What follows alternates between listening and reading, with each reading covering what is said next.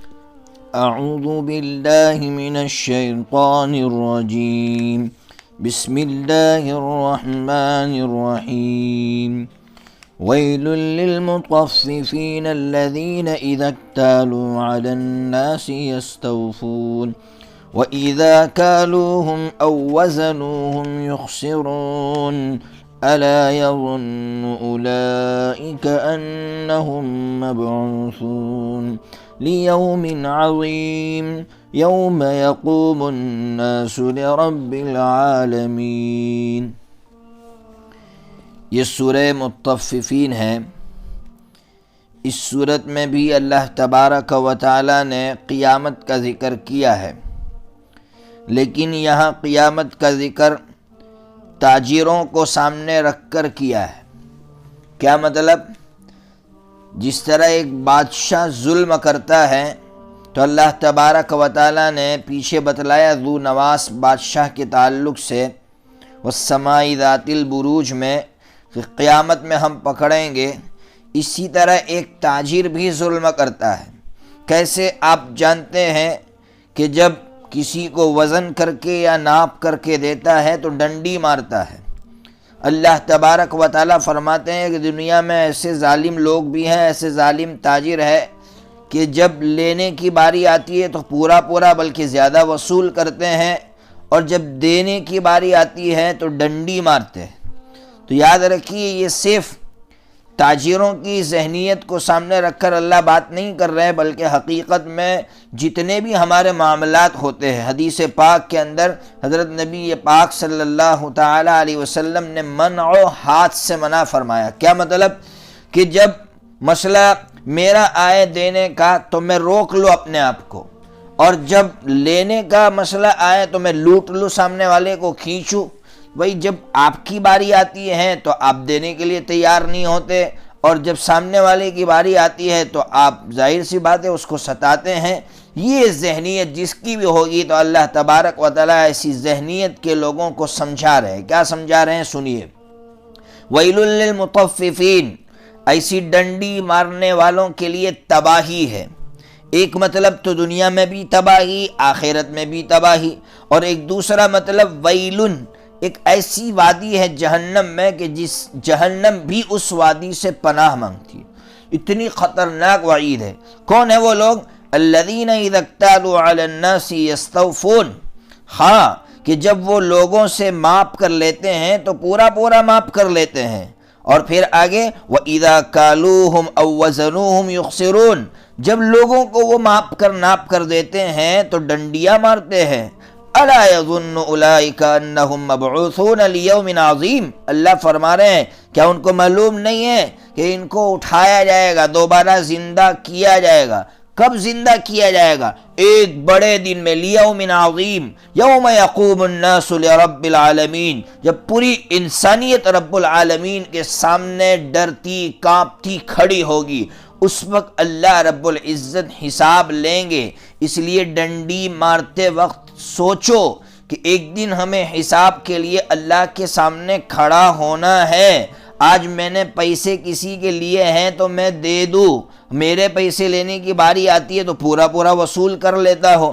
آگے اللہ فرماتے ہیں کلا ان کتاب الفجار لفی سجین وما ادراک ما سجین کتاب مرقوم۔ اس لیے حضرت نبی پاک صلی اللہ تعالی علیہ وسلم نے تاجروں کی بڑی فضیلت بیان فرمائی ہے۔ جو تاجر سچا ہوتا ہے، امانت دار ہوتا ہے، آپ سنن دارمی کو دیکھیں گے، ترمذی کو دیکھیں گے تو آپ کو حدیث ملے گی التاجر الصدوق الامین مع النبیین والصدیقین والشہداء۔ اللہ اکبر! کتنی بڑی فضیلت کہ جو تاجر سچا ہوگا، امانت دار ہوگا، وہ نبیوں کے ساتھ، صدیقین کے ساتھ اور شہداء کے ساتھ ہوگا۔ اللہ اکبر! کتنا بڑا مقام ہے۔ اور جو ایسا جھوٹا ہوگا اس کے بارے میں فرمایا کہ ان کتاب الفجار لفی سجین، سنو ایسے ڈنڈی مارنے والے لوگوں کا رجسٹر نامہ اعمال سجین میں ہے۔ سنو، اس کو سمجھو۔ وما ادراک ما سجین، خود قرآن کہہ رہا ہے۔ آپ کو معلوم سجین کیا ہے؟ کتاب مرقوم۔ اس کے دو مطلب ہیں۔ ایک مطلب تو یہ ہے کہ ساتوں زمینوں کے نیچے ایک جگہ ہے، اس جگہ کے اندر نامہ اعمال رکھے جاتے ہیں فاسق کے، فاجر کے، ایسے گنہگاروں کے، یعنی مطلب یہ ہے کہ یہ لوگ نیچے کی طرف جائیں گے۔ اور دوسرا مطلب یہ ہے کہ وہ جگہ نہیں ہے بلکہ ایک رجسٹر ہے جس پر مہر لگا دی جاتی ہے، اور وہ رجسٹر کس کا ہے؟ وہ برے لوگوں کا ہے۔ پہلا مطلب صحیح ہے کہ ایک جگہ ہے اور اس جگہ کے اندر ان برے لوگوں کی فائل رکھی جاتی ہے۔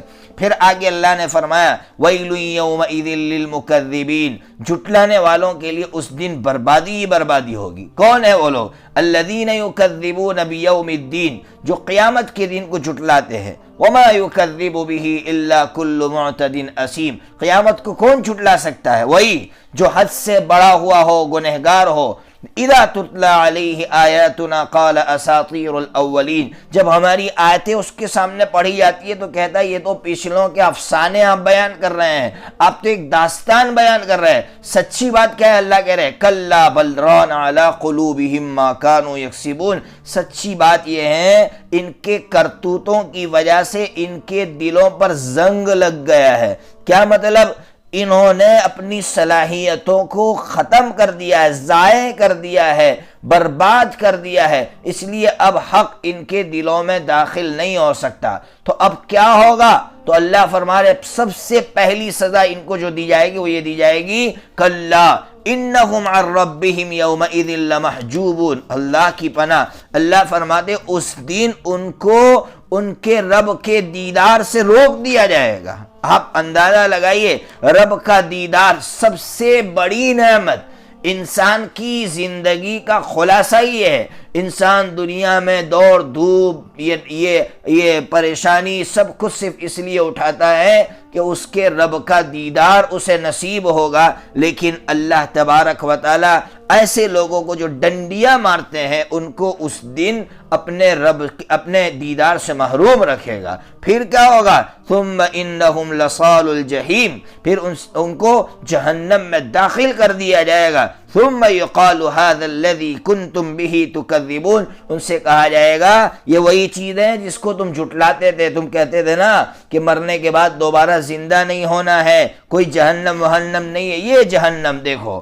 پھر آگے فرما رہے کلا ان کتاب الابرار لفی علیین، اللہ اکبر، جو ڈنڈیاں نہیں مارتے تھے، جو لوگوں کے ساتھ اچھا سلوک کرتے تھے، تو اللہ تعالیٰ فرما رہے ان کے نام اعمال علیین میں ہے۔ پھر فرمایا وما ادراک ما علیون، جانتے ہو علیون کیا ہے؟ خود فرمایا کتاب مرقوم، اس کا بھی وہی مطلب ہے کہ یہ ایک جگہ ہے، ایک جگہ ہے، عرش کے پاس ایک جگہ ہے اور وہاں پر نیک لوگوں کی فائل ہوتی ہے۔ اللہ تبارک و تعالیٰ اس سے یہ کہنا چاہتے کہ یہ لوگ اوپر کی طرف جائیں گے، یعنی جنت میں داخل ہوں گے۔ پھر وہ رجسٹر کیسا ہے؟ یشہدہ المقربون، یہ جو جگہ ہے نا وہاں مقرب فرشتے حاضری دیتے ہیں۔ آپ اندازہ لگائیے کہ ان کی فائلیں جہاں جمع ہوتی ہیں وہاں کون حاضر رہتا ہے؟ بڑے بڑے مقرب فرشتے۔ ان الابرار لفی نعیم، پھر فرمایا ایسے نیک لوگ کہاں ہوں گے؟ تو کہا نعمتوں میں ہوں گے، جنت میں ہوں گے۔ علی الارائک ینظرون، ہاں مسہریوں پر، صوفوں پر بیٹھ کر ایک دوسرے کو دیکھ رہے ہوں گے، صوفوں پر بیٹھے ہوں گے ٹیک لگا کر۔ تعرف فی وجوہہم نظرۃ النعیم، اللہ فرما دے تو ان کے چہروں میں نعمت کی تر و تازگی دیکھے گا، یعنی ان کے چہرے ٹمٹما رہے ہوں گے، ان کے چہرے ایسے لگ رہے ہیں جیسے آپ نے وہ درخت دیکھا ہے اس کے جب پتے نکلتے ہیں، نئے نئے پتے ہوتے، چمک رہے ہوتے ہیں، بالکل نرم ہوتے ہیں، ایسے ان کے چہرے چمک رہے ہوں گے، بالکل نرم ہوں گے، ایسا خوبصورت چہرہ ہوگا۔ پھر فرما رہے یسقون من رحیق مختوم، اللہ تبارک و تعالی ان کو سیل پیک شراب پلائے گا، من رحیق مختوم، خالص شراب جو سیل پیک ہوگی، ختامہ مسک، اس کا کیا مطلب ہے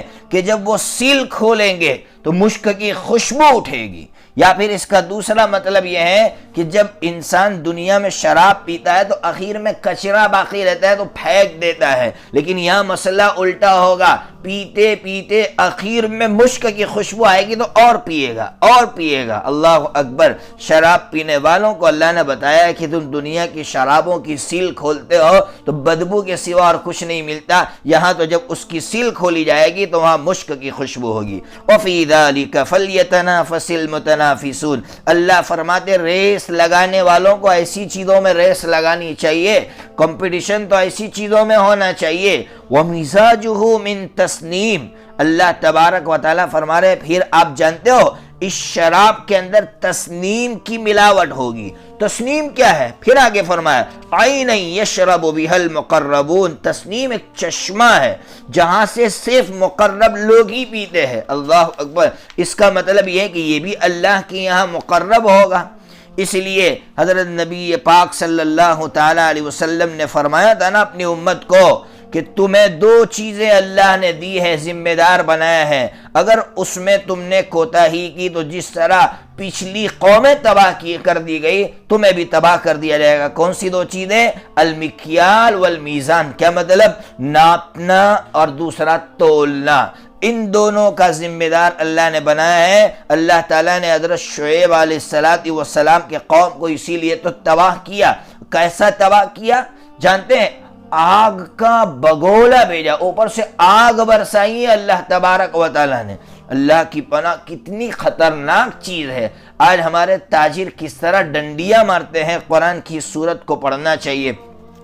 اب آگے اللہ تبارک و تعالیٰ کیا کہنا چاہتے ہیں؟ آگے اللہ تبارک و تعالیٰ اس وقت کے جو مشرکین تھے وہ مومنین کے ساتھ جو برا سلوک کر رہے تھے، اللہ تبارک و تعالیٰ نے ان کے اس برے سلوک کا ذکر کر کے ہمیں سمجھایا ہے کہ کیا تمہاری سوسائٹی میں بھی ایسا ہو رہا ہے؟ کیا ہو رہا ہے؟ ان الذین اجرموا کانوا من الذین آمنوا یضحکون، جو مجرم تھے نا وہ ایمان والوں کا مذاق اڑاتے تھے۔ ہوتا ہے نا وَإِذَا مَرُّوا بِهِمْ يَتَغَامَزُونَ، یہ بیچارے جب غریب ایماندار لوگ وہاں سے گزرتے نا تو یہ آنکھوں سے اشارہ کر کے ان کو ستاتے۔ آج ہوتا ہے ہماری سوسائٹی میں، ایک آدمی غریب فقیر لیکن ہے دیندار ایماندار تو مالدار لوگ ٹھٹھا کرتے ہیں، اسے ستاتے ہیں۔ وَإِذَا انْقَلَبُوا إِلَىٰ أَهْلِهِمُ انْقَلَبُوا فَكِهِينَ، قرآن کہہ رہا ہے یہ مجرم لوگ جب اپنے گھر کی طرف لوٹتے نا تو بڑے مزے اڑاتے ہوئے لوٹتے، خوش لوٹتے کہ آج تو ہم نے ان کو ستایا ہے، آج تو ان کا مذاق اڑایا، حالانکہ روتا ہوا جانا چاہیے آج میں نے ایک انسان کو تکلیف پہنچائی ہے۔ وَإِذَا رَأَوْهُمْ قَالُوا إِنَّ هَؤُلَاءِ لَضَالُّونَ، اور پھر عجیب بات یہ ہے کہ جب ایسے ایمانداروں کو دیکھتے نا تو کیا کہتے ہیں؟ ارے یہ گمراہ لوگ ہیں۔ اللہ اکبر، خود گمراہ اور پھر ان کو گمراہ کہہ رہا ہے۔ اللہ کہہ رہا ہے وَمَا أُرْسِلُوا عَلَيْهِمْ حَافِظِينَ، ارے بھائی ان کو ان مومنین پر نگران بنا کر نہیں بھیجا۔ آج ہوتا ہے نا ہم لوگ ہر کسی کے باب میں فتویٰ لگا دیتے ہیں، فیصلہ کر دیتے ہیں، یہ گمراہ، یہ فلاں۔ تو اللہ مجھ سے بھی کہہ رہے ہیں کہ بھائی سن، تجھے اس کا نگران بنا کر نہیں بھیجا ہے، تو خود اپنی ذات کا نگران ہے، دوسروں کی نگرانیاں مت کر۔ آج ہم لوگ دوسروں کی نگرانیاں بہت کرتے ہیں، اپنی ذات کی نگرانی نہیں کرتے ہیں، اس لیے اللہ فرماتے ہیں فَالْيَوْمَ الَّذِينَ آمَنُوا مِنَ الْكُفَّارِ يَضْحَكُونَ، ہاں اب وہ دن آ گیا ہے کہ ایمان والے کفار کا مذاق اڑائیں گے، ٹھٹھا کریں گے، ہاں کریں گے۔ واہ، کہاں؟ علی الارائک ینظرون، جب صوفوں پر بیٹھ کر یہ منظر دیکھ رہے ہوں گے کہ ان کو پڑھ رہی ہے، ان کو صدا ہو رہی ہے، تو اب یہ لوگ مزہ اڑائیں گے۔ پھر کیا کہیں گے؟